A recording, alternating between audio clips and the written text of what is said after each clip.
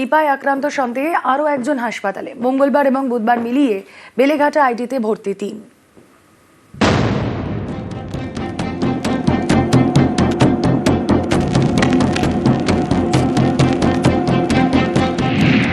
সম্প্রতি বাইপাসের একটি বেসরকারি হাসপাতালে ভর্তি হন এক তরুণী। তার শরীরে নিপা ভাইরাসের উপসর্গ দেখা দেয়। বুধবার রাতে তাকে ভর্তি করা হয় বেলেঘাটা আইডি হাসপাতালে। মঙ্গলবার রাতে নিপা সন্দেহে বেলেঘাটা আইডিতে ভর্তি করা হয় দুজনকে।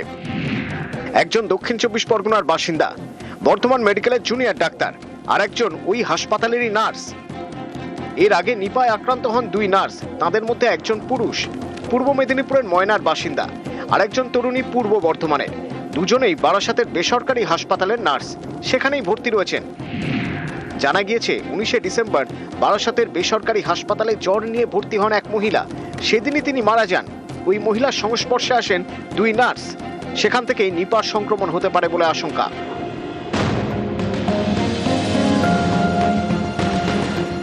নিপায় আক্রান্ত পূর্ব বর্ধমানের তরুণী কিছুদিন আগে নদিয়ার কৃষ্ণগঞ্জে যান। কৃষ্ণগঞ্জে তরুণীর সংস্পর্শে আসা 45 জনকে চিহ্নিত করা হয়েছে। তাদের নমুনা পাঠানো হয়েছে কল্যাণী এইমসে। কোভিডের পরে আমরা অনেক বেশি প্রিপেয়ার্ড এই ধরনের যে কোনো এপিডেমিক সেটাকে হ্যান্ডেল করার জন্য স্বাস্থ্য দপ্তর থেকে সমস্ত হাসপাতালগুলোতে প্রয়োজনীয় নির্দেশিকা পাঠানো। মানুষকে শুধু এটুকুই অ্যাপিল করা যে এখন পর্যন্ত এমন কোনো পরিস্থিতি তৈরি হয়নি যাতে সাধারণ মানুষকে মাস্ক পরে ঘুরতে হবে বা দূরে যেটা সোশ্যাল ডিস্টেন্সিং সেটা করতে হবে। কাজে এখন মানুষের আতঙ্কিত হওয়ার তো কোনো বিষয়ই নেই। হাসপাতালে যদি তারা যান, বিশেষ করে যাদের অন্য কোনো অসুখ আছে, তাহলে তাদের মাস্কটা তারা ব্যবহার করুন। অল্প সময়ের মধ্যে সমস্ত প্রস্তুতি নেওয়া হয়েছে, কাজে মানুষের আতঙ্কিত হওয়ার কোনো ব্যাপার নেই। নিউজ 18 বাংলা।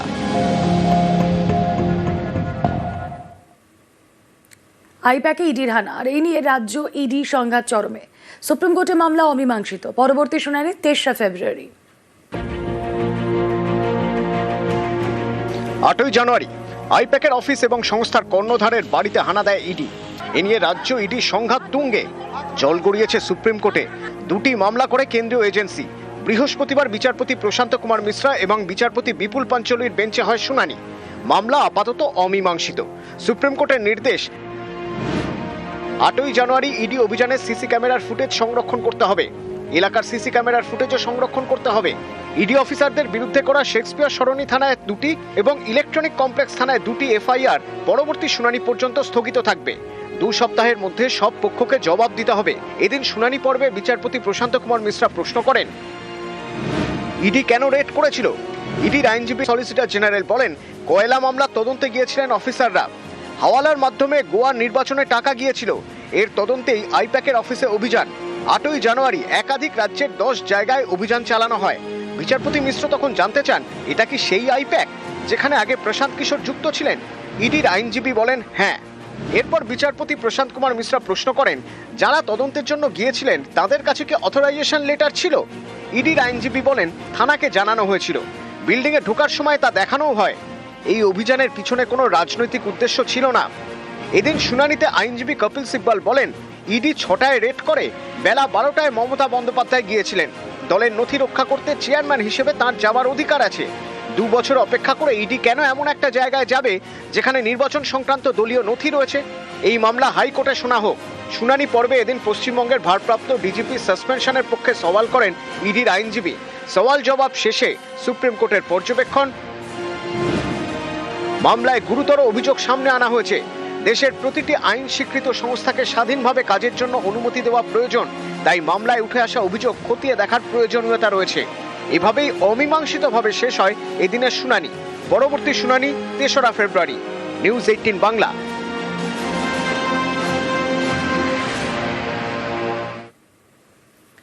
এসআইআর এ চরম বিভ্রান্তি। প্রাক্তন বিদেশ সচিবকে শুনানিতে ডাক, তার স্ত্রীকেও তলব। হিয়ারিং হয়রানিতে ইসরোর চন্দ্রযানের বিজ্ঞানীও।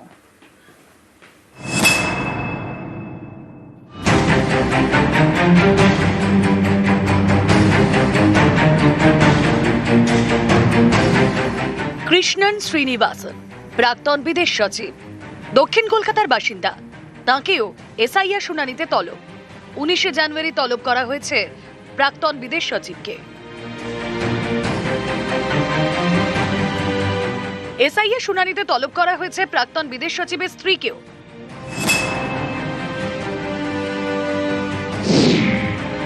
কৃষ্ণন শ্রীনিবাসন চেন্নাইয়ে জন্ম, ইংল্যান্ডে পড়াশোনা। 1959 থেকে ইন্ডিয়ান ফরেন সার্ভিসে বিদেশ সচিবের দায়িত্ব সামলেছেন। বিভিন্ন দেশে রাষ্ট্রদূত হিসেবে কাজ করেছেন। কমনওয়েলথ অফ নেশনসের ডেপুটি সেক্রেটারি জেনারেলের পদেও ছিলেন। তাঁকেই এবার এসআইআর শুনানির নোটিশ।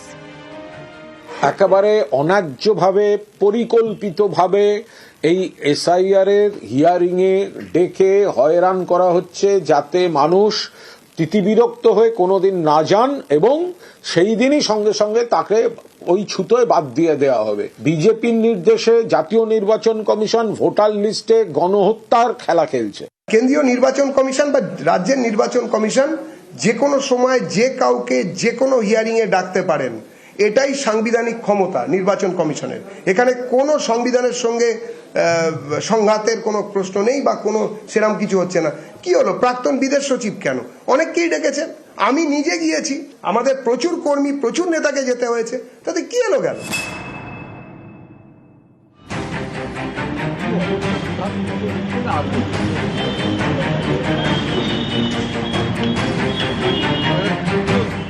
অভিজিৎ বন্দ্যোপাধ্যায় হাওড়ার শালকিয়ার বাসিন্দা, ইসরোর বিজ্ঞানী, টিম চন্দ্রযান অভিযান 3-র অন্যতম সদস্য। তাঁকেও বৃহস্পতিবার এসআইআর এর শুনানিতে যেতে হয় হাওড়ার পানিবিটায়। বিজ্ঞানীর মা বাবাকেও যেতে হয়েছে শুনানিতে। সব মানুষেরই খুব অসহায় অবস্থা। বয়স্ক মানুষ, আমি বাবা মাকে নিয়ে আজকে এখানে আসতে হয়েছে, বাধ্য হয়েছি এক প্রকার। কিছু দেশের জন্য করেছি, তার জন্য সত্যিই গর্বিত। কিন্তু বর্তমানে যেরকম পরিস্থিতি, এইভাবে লাইনে দাঁড়িয়ে বয়স্ক বাবা মাকে নিয়ে হয়রানির শিকার হতে হচ্ছে, এটা শুধু আমি নয়, আমার মতো হাজার হাজার পরিবারকে এরকম পরিস্থিতির মধ্যে দিয়ে যেতে হচ্ছে বর্তমানে। এটা খুবই দুঃখজনক। যা করাচ্ছে তাই করছি। বললো 2000 টাকার নোট অচল, লাইনে দাঁড়াও, কত লোক মরলো, আবার এই করলো। যারা আমরা পেনশন পাই, আমরা বহুদিনের লোক, আমাদেরই অস্বীকার করছে যে তোমাদের নাগরিকত্ব থাকবে না। এই আবার কি ধরনের? আমরা স্বাধীনতার আগেকার।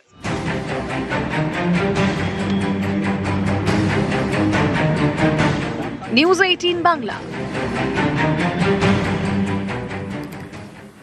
মুকুন্দপুরে বিএলওর অস্বাভাবিক মৃত্যু, আর এই নিয়ে তৈরি হয়েছে রাজনৈতিক বিতর্ক। মুর্শিদাবাদের শামশেরগঞ্জ এবং লালগোলায় এসআইআর আতঙ্কে দুজনের মৃত্যুর অভিযোগ।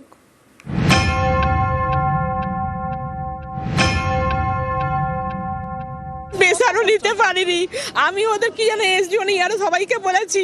হ্যাঁ, ওরা প্রেশার নিতে পারিনি, ওরা কাজের চাপ অনেকদিন বলছি, কাজের চাপ নিয়ে কিছুতেই শুনলো না। আমার ছেলেটা দেখুন। অশোক দাস মুকুন্দপুরের বাসিন্দা, দক্ষিণ 24 পরগনার জয়নগরের স্কুল শিক্ষক। চিৎকালিকাপুরের 110 নম্বর বুথের বিএলওর দায়িত্বে ছিলেন। বৃহস্পতিবার সকালে ঘর থেকে তাঁর ঝুলন্ত দেহ উদ্ধার হয়। প্রেশারও নিতে পারিনি আমি, ওদের কি জানে এসডিও নেই, আরো সবাইকে বলেছি। হ্যাঁ, ওরা প্রেশার নিতে পারিনি, ওরা কাজের চাপ অনেকদিন বলছি, কাজের চাপ নিয়ে কিছুতেই শুনলো না। আমার ছেলেটা দেখুন। অভিযোগ জানিয়েছেন স্বয়ং বিএলও স্ত্রী। স্থানীয় পৌরমাতা অনন্যা ব্যানার্জি এবং রাজু বিশ্বাস কিভাবে তাদের থ্রেট দিত, কিভাবে ছেলে বউকে মারার কথা হুমকি দিয়েছিল, যাতে অনুপ্রবেশকারীদের বেআইনি নাম, আনঅথরাইজ নাম, অবৈধ নাম যাতে না কাটতে পারা যায়, তার জন্য প্রতিনিয়ত হুমকি দেওয়া হতো। সেই হুমকি সহ্য করতে না পেরে ফাইনালি আত্মহত্যা করলেন। এটা আত্মহত্যা নয়, এটা হত্যা। এসআইআর এর বলি তো প্রথম অশোক দাস হলেন না, এর আগেও তো আপনারা দেখেছেন পশ্চিমবঙ্গ জুড়ে কতজন মানুষ এরকম বলি হয়েছে। আমার এলাকায় 57টা পার্ট, অর্থাৎ 57 জন বিএলও আছে। তাহলে তাদের সাথে কথা বলতে হবে যে তারা কোনো রকম ভাবে কোনো চাপ পেয়েছেন কিনা, চাপ দেওয়া হয়েছে কিনা। এটা চক্রান্ত ছাড়া, ষড়যন্ত্র ছাড়া আর অন্য কিছু নয়। কারণ এই ঘটনাটা এইভাবে যদি একটু অন্য দিক অভিমুখ ঘুরিয়ে দেওয়া যায়, তাহলে সেটা ভালো খাবে। এই শব্দটা দায়িত্ব নিয়ে বললাম, এটার বাস্তবের কোনো বৈধতা নেই। মুর্শিদাবাদের শামশেরগঞ্জ, এখানকার বাসিন্দা বছর 60-এর পুটু শেখ। বৃহস্পতিবার তার হার্ট অ্যাটাক হয়, বাড়িতেই মারা যান।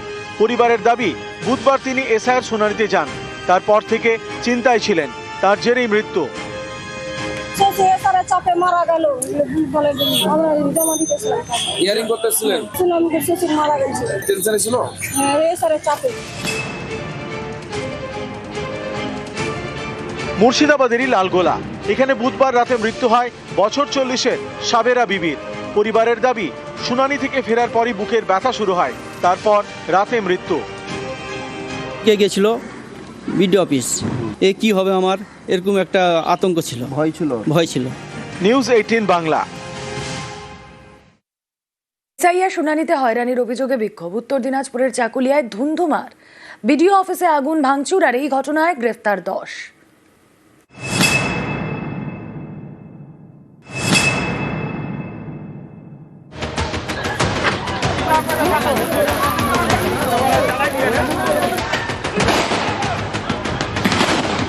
বিডিও অফিসে ক্ষোভের আগুন। বিডিও অফিসের ভিতরে একের পর এক ঘরে ঢুকে নথিতে আগুন।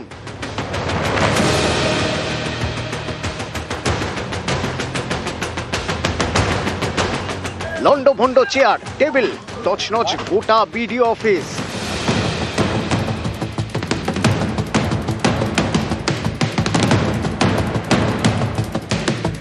অফিসের বাইরে পড়ে আধপোড়া জিনিসপত্র।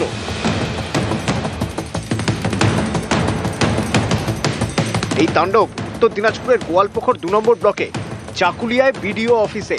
স্থানীয়দের অভিযোগ, শুনানির নামে হয়রানি করা হচ্ছে, বারবার ডাকা হচ্ছে। এদিন সকালে চাকুলিয়ার বিভিন্ন জায়গায় এ নিয়ে শুরু হয় বিক্ষোভ, রাস্তা অবরোধ।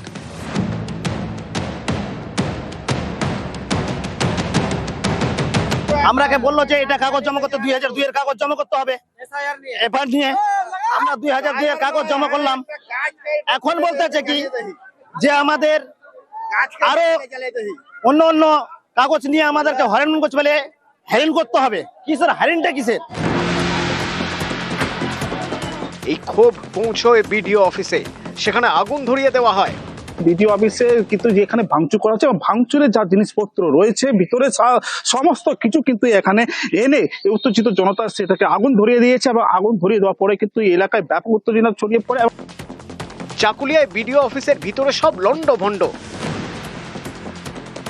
এই বাংলা সহায়তা কেন্দ্রের যে চিত্রটা তুমি দেখতে পাবা, যে একবারে পুড়ে ছাই করে দেওয়া হয়েছে। একদম নথিপত্র যা জিনিসপত্র ছিল সমস্ত কিছু কিন্তু পুড়িয়ে দেওয়া হয়েছে। পরিস্থিতি নিয়ন্ত্রণে আনতে এলাকায় পৌঁছয় পুলিশ। এই ঘটনায় দোষীদের চিহ্নিত করে এফআইআর করার জন্য জেলা প্রশাসনকে নির্দেশ দেয় নির্বাচন কমিশন। সেই মতো এফআইআর করেছেন গোয়ালপুকুর 2 নম্বর ব্লকের বিডিও।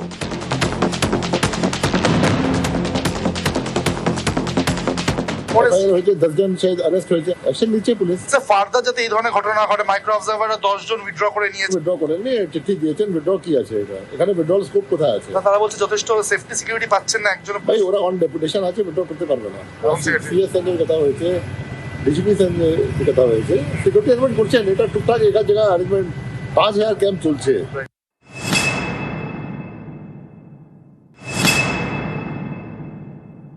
যারাই করলো এটা, ওরা আমি বলবো যে ওরা ইচ্ছাকৃত ভাবে করেনি, ওদেরকে হয়তো কেউ বলেছে, উস্কিয়েছে বলে এটা করেছে। কিন্তু আজকে যেটা একটা বিক্ষুব্ধ একটা ঘটনা ঘটলো, এটা বাজে ঘটনা। আমি বলবো আন্দোলন হবে গণতান্ত্রিক পদ্ধতিতে, আন্দোলনটা হবে। কথা রটে গেছে যে যাদের নাম ভোটার তালিকাতে থাকবে না, যে পরিযায়ী শ্রমিকরা বাইরে আছেন, তাদের নাম ভোটার তালিকা থেকে বাইরে করে দেওয়া যাবে। এবং তার আতঙ্কে যারা পরিযায়ী শ্রমিকরা বাইরে আছেন, প্রায় 40,000 লোক বাইরে আছে। তো এই 40,000-এর পরিবার এখানে আছে, তার জন্য মানুষ আরো আতঙ্কে ভুগছে। প্রশাসন তাদেরকে সঠিকভাবে কোনো সমাধান দিতে পারছে না। বুধবার মুর্শিদাবাদের ফারাক্কায় বিডিও অফিসে তুল কালাম।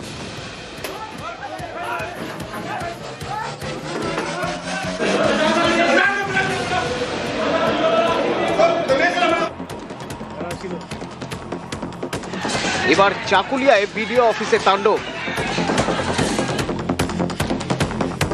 উত্তর দিনাজপুর থেকে চঞ্চল মোদক, নিউজ 18 বাংলা। হুগলিতে স্ত্রীকে শুনানির নোটিশ ধরালেন বিএলও। পশ্চিম মেদিনীপুরে পরিযায়ী শ্রমিকদের শুনানির নোটিশ।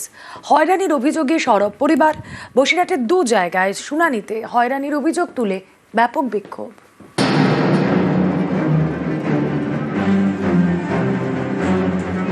হুগলির তারকেশ্বর পুরসভার 1 নম্বর ওয়ার্ড।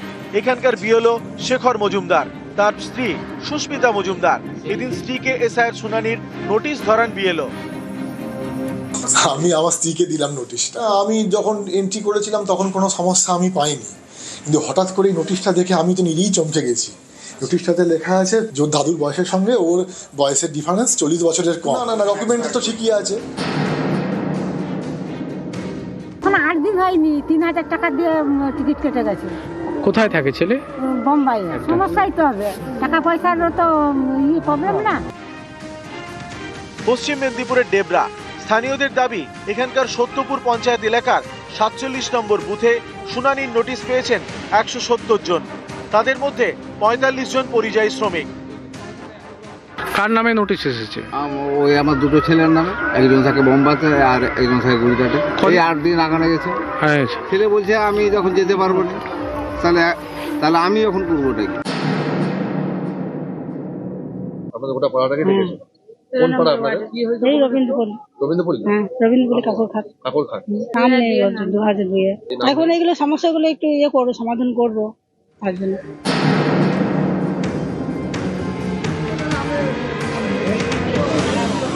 ছেলের কি হয়েছে? হ্যান্ডিক্যাপ। ওকে কি ডেকেছিল? হ্যাঁ ডেকেছিল। ওকে তো বাড়িতে গিয়ে করলে ভালো হতো কি? হ্যাঁ ভালো তো হতো, আমি যাই নাই তো কি করবো। ভয় ছিল কি যদি না আসে ছেলের নাম কাটিয়ে এরকম ভয় ছিল? হ্যাঁ ভয় ছিল আমাকে।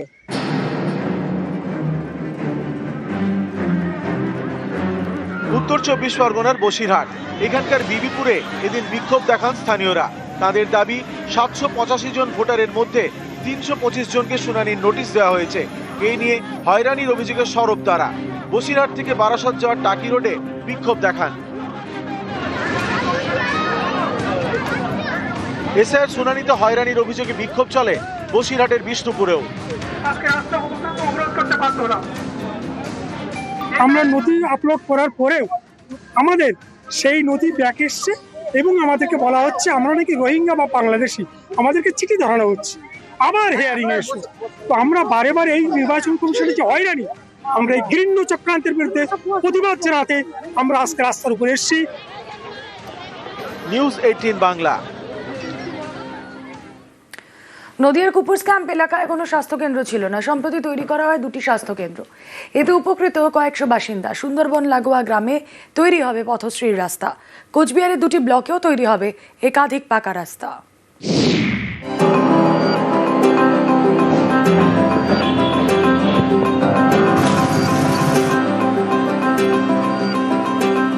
বারোটি ওয়ার্ড নিয়ে নদিয়ার Cooper's camp notified area authority পুরো নগর উন্নয়ন দপ্তরের অধীনে। এই কুপার্স ক্যাম্প এলাকায় এতদিন কোনো সরকারি স্বাস্থ্যকেন্দ্র ছিল না। চিকিৎসার জন্য যেতে হতো প্রায় 5 কিলোমিটার দূরে রানাঘাট মহকুমা হাসপাতালে। সম্প্রতি কুপার্স ক্যাম্প এলাকাতেই 2টি স্বাস্থ্যকেন্দ্র তৈরি করা হয়। এতে উপকৃত শয়ে শয়ে বাসিন্দা। আগে দেখাতাম রানাঘাট, দূরে তো ওটা আমাদের একটু কষ্ট হতো, আগে এখন ছিল না। হ্যাঁ নতুন হয়েছে। হ্যাঁ আমরা খুব উপকৃত হয়েছি, এই জন্য বাড়ির কাছাকাছি তো। সবচেয়ে মারাত্মক ব্যাধি যাকে আমরা বলি ক্যান্সার, তারও পরীক্ষার সুযোগ আছে। আমরা পৌরসভার ওন ফান্ড থেকে সেই ওষুধগুলো কিনে দিচ্ছি, যেটা বাজার থেকে মানুষকে কিনতে হয়। 15 থেকে 16,000 মানুষ এই পরিষেবার উপরে তারা নির্ভরশীল এবং পাচ্ছে।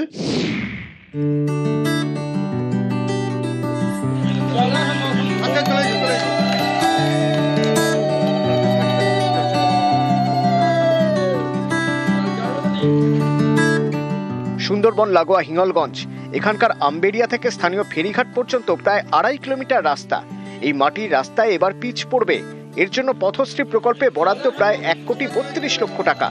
বৃহস্পতিবার হয়ে গেল রাস্তার কাজের শিলান্যাস।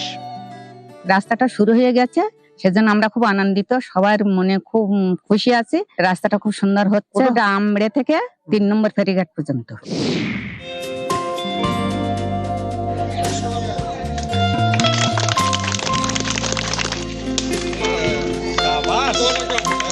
এই 30 বছরের দাবি আজকের দিনে আমরা পূরণ করতে পেরেছি।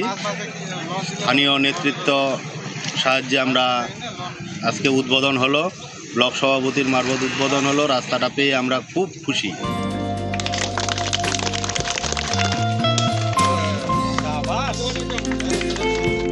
কোচবিহারের তুফানগঞ্জ 2 নম্বর ব্লক। এখানে রামপুর 2 নম্বর পঞ্চায়েতের জালধোয়া চৌপতি থেকে টাকুয়ামারি প্রায় 6 কিলোমিটার রাস্তা। স্থানীয়দের দাবি প্রায় 30 বছর ধরে এই রাস্তা বেহাল। অবশেষে মাটির রাস্তায় যাতায়াতের দিন শেষ। এবার পথশ্রী প্রকল্পে তৈরি হবে পাকা রাস্তা। এর জন্য বরাদ্দ করা হয়েছে প্রায় 2,98,00,000 টাকা। প্রায় 30 বছর ধরে রাস্তা চলাফেরা আমরা যাইতে পারি নাই, জলটা যাচ্ছিল। আজকে এই রাস্তা উদ্বোধন হইলো, আমরা খুব খুশি হইলাম।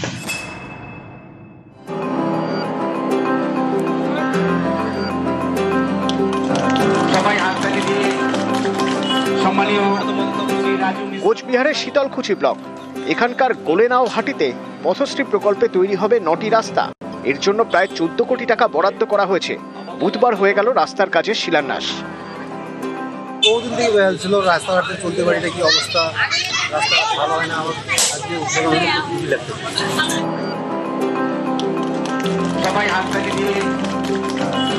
নিউজ 18 বাংলা।